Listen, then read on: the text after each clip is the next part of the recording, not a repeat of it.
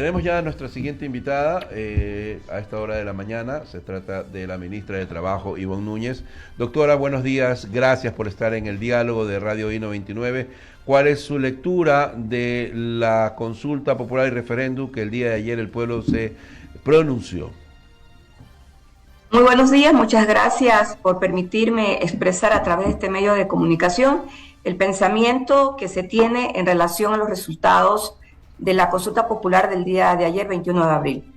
Para quienes formamos parte del gobierno del Nuevo Ecuador, liderado por nuestro señor presidente Daniel Noboa Sin, es una victoria. Okay. Es una victoria porque es el pronunciamiento en democracia participativa y deliberativa de todos los actores, tanto políticos, sociales, del país, donde existen varias lecturas en relación a muchos de esos comportamientos, pero en relación a la decisión popular se afianza la política del señor presidente, que consiste en más seguridad. Esa política de más seguridad, de restablecer un proceso de paz permanente y duradero, con la presencia de las Fuerzas Armadas, de la Policía Nacional, en las calles, las 24 horas del día, los 7 días de la semana. Además, va acompañada ¿de qué? Va acompañada del proceso de extradición. La última consulta, la anterior, el proceso de extradición fue negado por el pueblo. Hoy ha sido aceptado por el pueblo. Hay procesos políticos que llevan mucho tiempo para que finalmente se concreten. Eso es parte de la evolución política. Hay procesos que son muy acelerados y se realizan muy tempranamente. Sin embargo, las respuestas contundentes en las 9 preguntas formuladas en la consulta popular y que han resultado ganadoras, rompieron cualquier expectativa. Muchas de ellas superan el 65% de aceptación popular. Hay preguntas que van a entrar en ejecutabilidad en menos de 3 meses. Hay una pregunta que tiene un plazo de 1 año para que entre en ejecutabilidad. Esta pregunta, que tiene 1 año plazo, le corresponderá al Consejo Nacional de la Judicatura. Me refiero a los tribunales especializados en materia constitucional. Pero las otras preguntas, en el mes de agosto, a más tardar, el Código Orgánico Integral Penal tendrá que estar reformado. En relación a las preguntas, aumento de las penas en varios delitos, que muchos de los delitos en los cuales las personas que son sentenciadas las deban cumplir en su totalidad, y de igual manera el proceso de extradición afianzan la política de seguridad y de confianza emitida por parte del señor presidente a todos los ciudadanos del país. Sí, señora ministra, permítame, doy paso también al señor director de Diálogo, el abogado Eduardo Mendoza Paladines, quien ya está con nosotros a través de la plataforma Zoom. Señor director, buenos días. Buenos días también, discúlpame, Ivonne, gusto de saludarte, querida ministra, mi amiga de muchos años y compañera en la universidad. Yo quería saludarte porque estoy llegando a la oficina, primero felicitándote y al gobierno nacional, de tu forma, ya se lo dijimos a algunos ministros, por la victoria. En el fútbol, cuando uno gana 9-2, gana por goleada, ¿ya? Y al pueblo ecuatoriano a veces le cuesta entender ciertos temas, y yo creo que en muchos de seguridad del año pasado que se preguntaron, no se aceptaron, este año sí, y los 2 que quedaron pendientes, que es el tema de trabajo, de las horas de trabajo, y el tema internacional, quizás más adelante pueda ser valorado en otra oportunidad. Ahora yo te pregunto a ti, Ivonne, tú eres una mujer fuerte que ha frenteado, que le has planteado un juicio a una persona por traición a la patria y que frenteas permanentemente. ¿Cómo ves el futuro del Ecuador con esta victoria del gobierno nacional que es de los ecuatorianos, Ivonne querida? Yo la veo muy alentadora. La veo muy alentadora por varias aristas.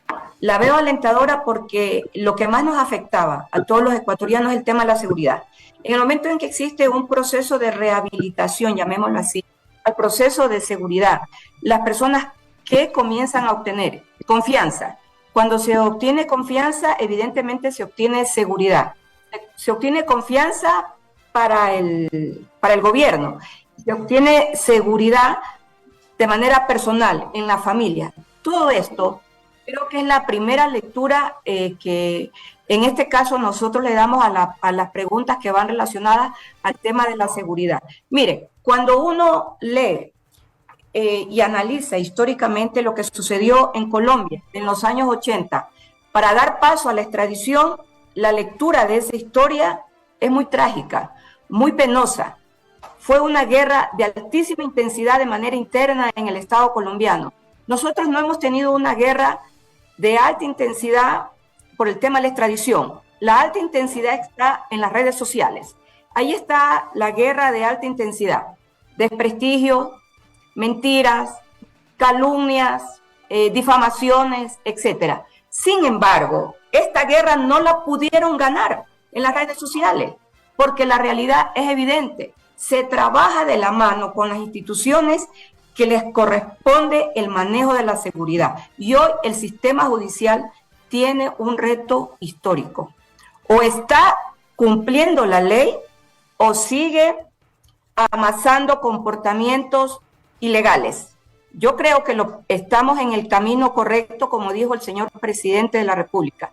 Y el camino correcto de la historia es la reinstitucionalización de las principales instituciones del Estado, básicamente del sistema judicial. Hay una pregunta que va a demorar un año para que finalmente se concrete y requerirá los recursos económicos necesarios.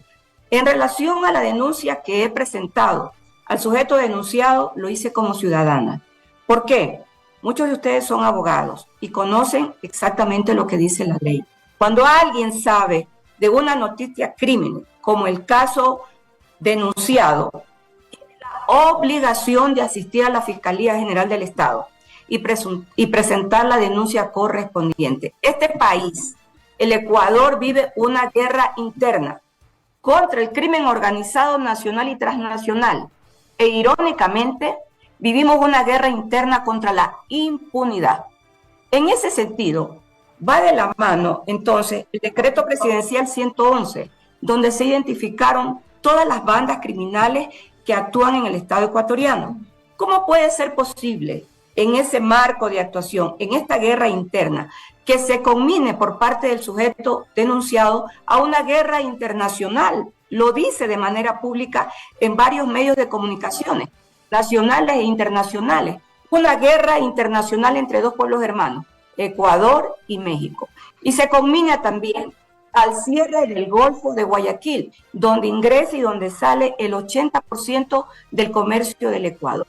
Frente a ese escenario, ¿qué me tocó a mí hacer como ciudadana? Revisar lo que dice el Código Orgánico Integral Penal en relación a la traición a la patria. E identifiqué que su conducta se adecuaba al artículo 353, numeral 11, porque genera pánico, incertidumbre. Nosotros tenemos a las fuerzas del orden en las calles, tenemos a los militares y a los policías. En esta semana haré el respectivo reconocimiento de firma y continuaré solicitando los impulsos fiscales, que es la etapa procesal cuando se abre la indagación previa.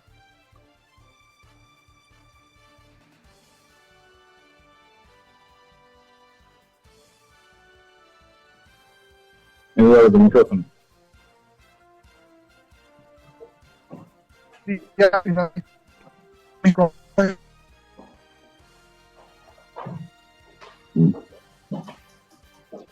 Tenemos un inconveniente con la señal Por favor, con la... y mientras la retomamos con nuestro director, Eduardo, vamos a continuar desde acá con la entrevista. Ministra, qué gusto saludarla. Buenos días. He visto y he escuchado con atención la primera parte de su intervención y celebro que la mayoría de las preguntas hayan tenido una respuesta positiva por parte del pueblo ecuatoriano. Pero quiero irme a las otras dos. Usted es abogada. Quisiera conocer, desde su respetable punto de vista, ¿por qué cree usted que pierden estas dos preguntas? ¿Por qué gana el no en ellas? ¿Y qué pierde el Ecuador al haberse contestado no en estas dos inquietudes, la del tema del arbitraje internacional y la del trabajo por horas? La escucho, buenos días. Bien, nosotros, en el caso del arbitraje, nosotros dejamos de pertenecer a un organismo internacional que regula justamente el arbitraje para los negocios internacionales. La pregunta del arbitraje iba encaminada a inversiones extranjeras. En el caso de España, tenía proyectado una inversión en el Ecuador de 15.000 millones de dólares. Es necesario, por ejemplo, entender que nosotros, el año pasado, en el año 2023, solo tuvimos una inversión de 300 millones de dólares de inversión extranjera aquí en el Ecuador. Hay inversiones superiores de más de 20.000 millones de dólares en Colombia, en Perú. Por eso es que los niveles de crecimiento en estas sociedades son mucho más altos que en el Ecuador. Nosotros tenemos proyectado crecer aquí en el año 2024 en el Ecuador en no más del 2%, lo cual es extremadamente bajo en relación al crecimiento que debe darse en una sociedad en donde se mide el crecimiento poblacional y también el crecimiento educativo, que va de la mano, evidentemente, con el crecimiento en materia laboral, es decir, la generación de empleo. Yo no le podría decir con exactitud, porque eso no es dable, señalar que se pierde esta pregunta por la conducta determinada de un sector político que la atacó. No es posible determinarla de esa manera. Hay preguntas en la consulta, como el tema del arbitraje, que evidentemente no todos los ecuatorianos la conocen. Nosotros la entendemos, en mi caso, no solo porque soy abogada, sino porque tengo altos conocimientos en economía. Y la economía no funciona si no funciona el área laboral. Y el área laboral no funciona si no funciona la economía. Las dos cosas van evidentemente de la mano. Es un tema de mayor envergadura, pero hay procesos políticos que se dan aceleradamente en corto tiempo. Hay otros procesos políticos que se dan a mediano y a largo plazo, porque se van madurando en política las condiciones, las circunstancias, etcétera. Creo que finalmente el Ecuador ingresará a los temas de arbitraje internacional. Por ahora no.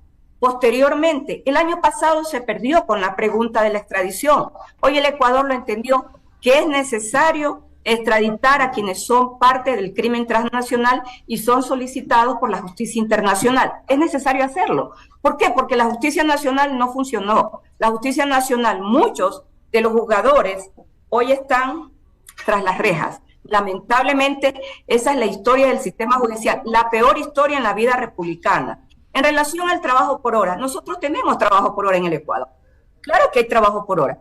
Esta pregunta lo que buscaba era tener una modalidad, sobre todo en el área agrícola y en el área de turismo. ¿Por qué? Porque nosotros, en el análisis que hemos hecho de la situación de la relación laboral, donde más crecimiento existe es en el crecimiento agroindustrial. Y tenemos a la fecha, como política laboral, más de 70.000 puestos de trabajo generados con la ley del empleo. Dígame usted si no trabajamos generando empleo en el Ecuador. Trabajamos. Esto significa aproximadamente el 25% de toda la mano de obra que opera en el sector público, donde ya no hay más espacio. Los hemos creado en el sector privado. Si no tenemos inversión extranjera, definitivamente no podemos crecer en ese ámbito. Pero ¿dónde enfoca la ministra el crecimiento de mano de obra? Ya no solo para los jóvenes, sino para el sector de los desempleados, donde yo empiezo señalando lo siguiente. Esta ministra no va a dejar a un lado a los desempleados y a los desocupados. Yo los voy a seguir protegiendo y por ellos voy a seguir luchando, porque esa es parte de la política laboral y social de un gobierno que sí conoce los problemas y que además quienes hicieron campaña en contra de generar empleo para quienes no necesitan, se olvidaron de que la Constitución garantiza que el Estado debe entregar generación de empleo y salarios justos. Nosotros el 1 de mayo, como Ecuador, tenemos la entrada plena al Tratado de Libre Comercio con China y hay productos no tradicionales que son de la costa de la Sierra y del Oriente que van a tener que ingresar al mercado chino. Estos productos son sandía, uvilla, arándano y pitahaya. Ministra, ¿A quiénes se van a tener que contratar? Se va a contratar a los desempleados. Ministra, entiendo que eso ya vendría por default por el tema de la firma del Tratado de Libre Comercio con Asia, y es un trabajo articulado entre su ministerio y en este caso el Ministerio de Comercio Exterior.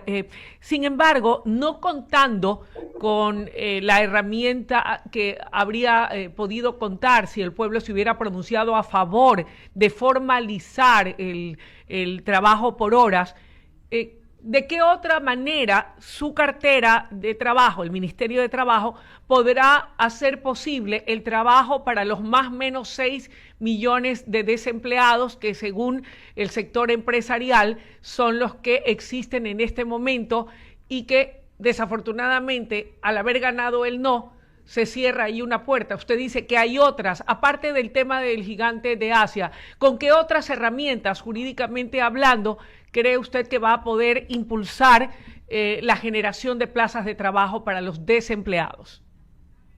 En este momento se encuentra una delegación de Emiratos Árabes visitando el Ecuador. Están conociendo las principales plantaciones de arándanos con la ministra de Comercio Exterior, con quien en efecto trabajamos de la mano en la generación de empleo y con las inversiones extranjeras.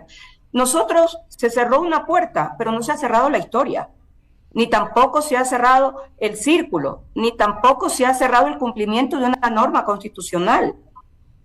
Nosotros vamos a seguir con la política de generación de empleo, primero en el sector de los jóvenes, donde ya tenemos 70,000 nuevos puestos de trabajo en 4 meses.